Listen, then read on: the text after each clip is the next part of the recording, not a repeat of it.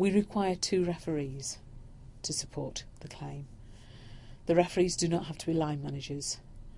They can be members of colleagues who you work with, members of peer-supported review groups, but somebody who can say this is an honest and true reflection of your practice. What have we learnt from the panels? Well, be sure to make it explicit which dimensions of practice you are covering in each area of activity. You can identify them with K1, K2, ease of reference. There does need to be some reference to learning theory, and there's a link to a really useful resource.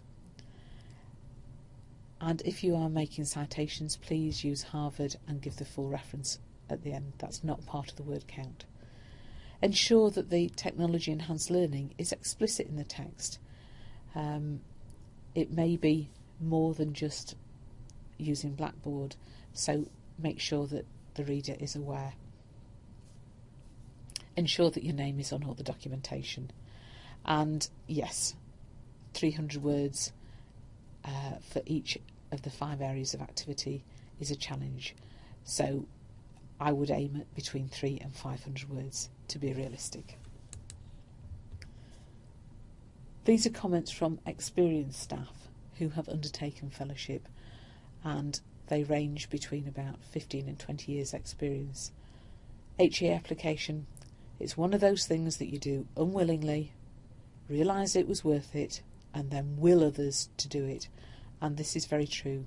This member of staff then went back and encouraged the whole of her subject group to engage in the process. I began my application for higher education accreditation longer ago than I care to recall.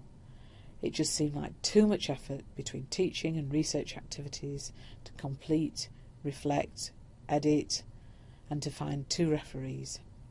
But when I completed the process, to have others acknowledge my work made this one of my most life-enhancing experiences. Powerful words indeed.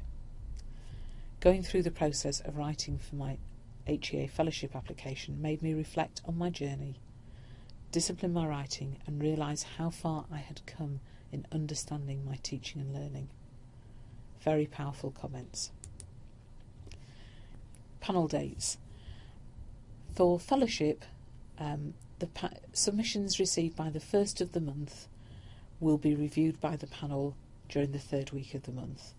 Audio and presentation submissions require pre-booking, so please let Kath or Sally Bradley know.